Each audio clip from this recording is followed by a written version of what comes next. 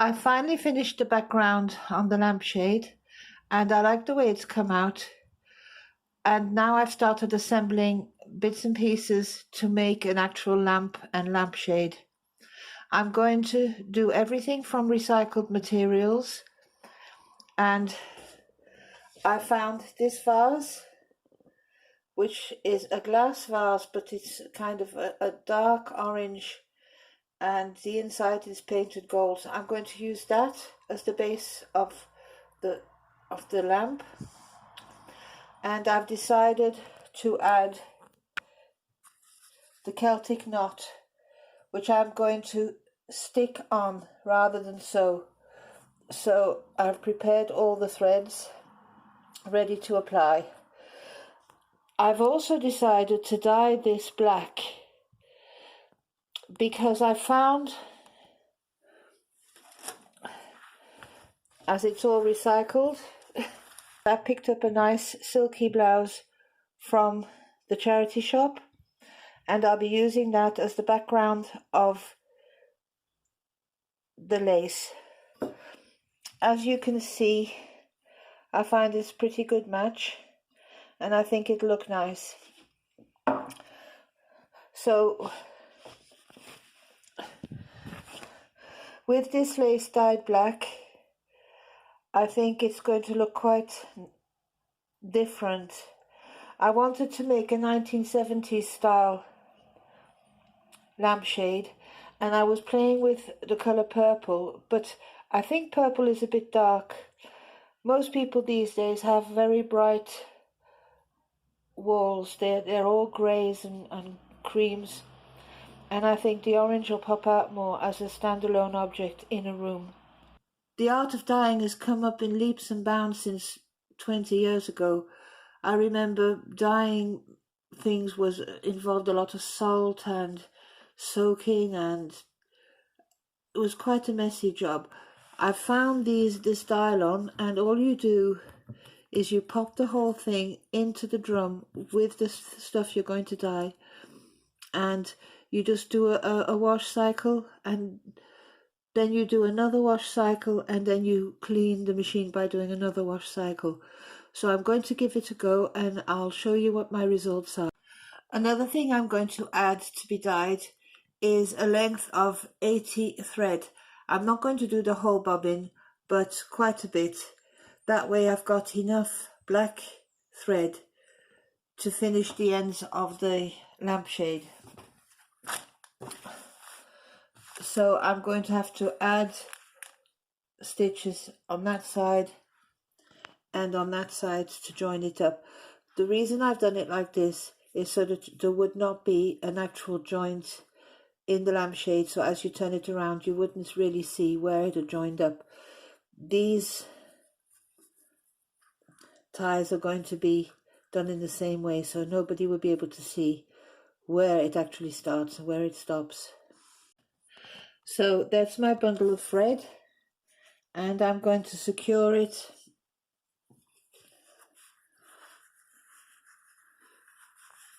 inside the lace there.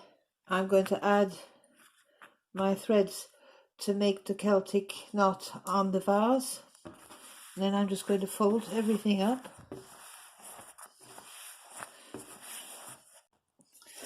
And then I'm going to pop it into one of these little bags that you use to wash delicates and to keep everything together inside the washing machine. So I'll be popping that inside the washing machine. I'm not worried about the thick cloth getting black. I've got plenty more, and even if it's black I can still use it.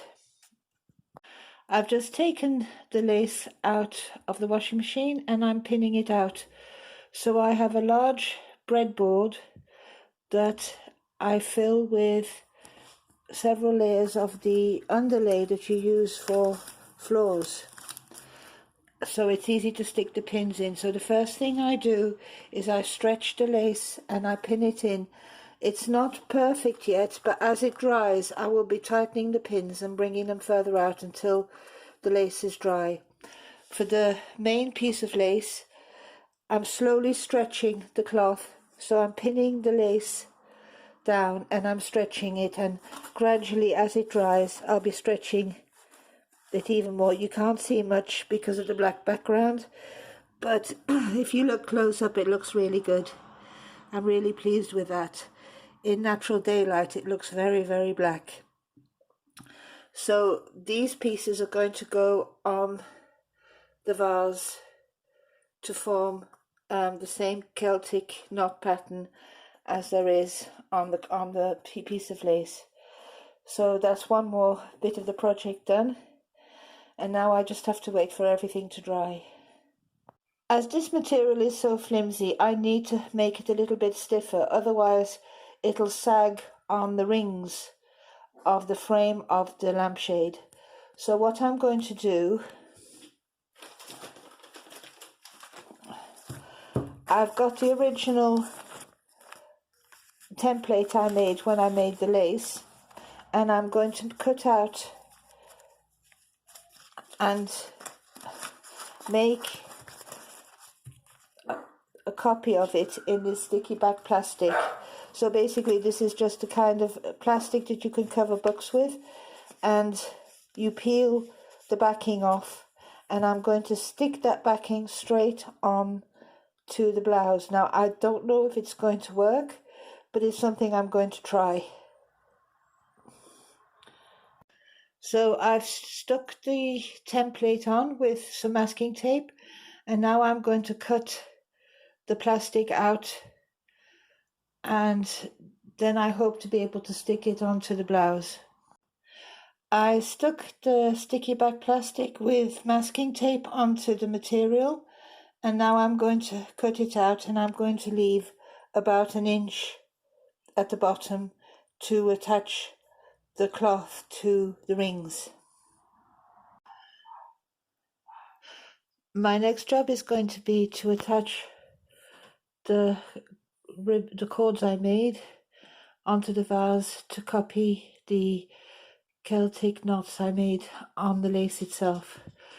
So I'm going to stick them on first with masking tape, and then after that I'll be gluing them on.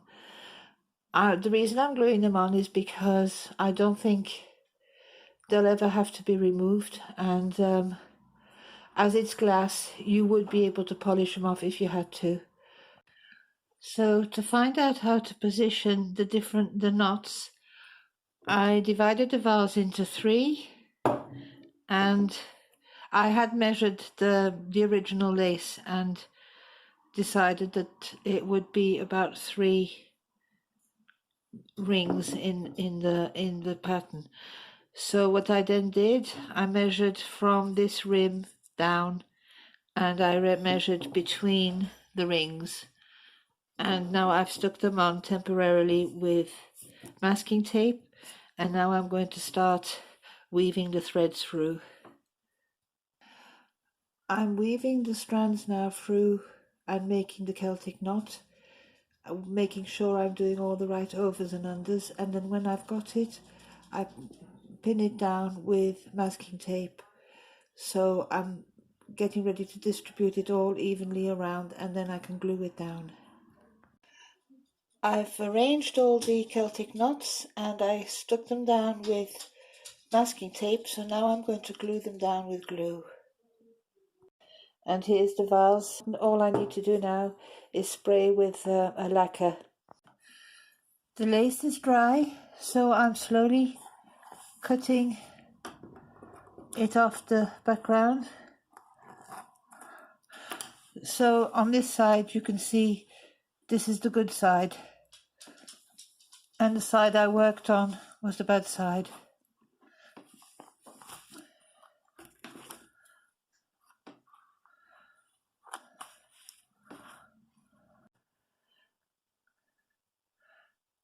So I've detached the lace and I've put it onto the shade. So now it's a question of sewing it onto the shade and attaching either end and putting the shade onto the rings. The lace looks really nice in black.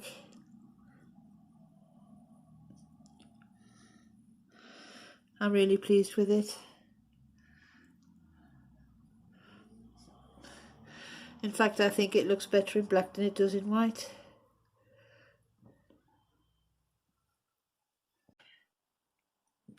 Now I'm going to join the two pieces of lace, and I'm going to crochet between the two ends so that I can finish it off.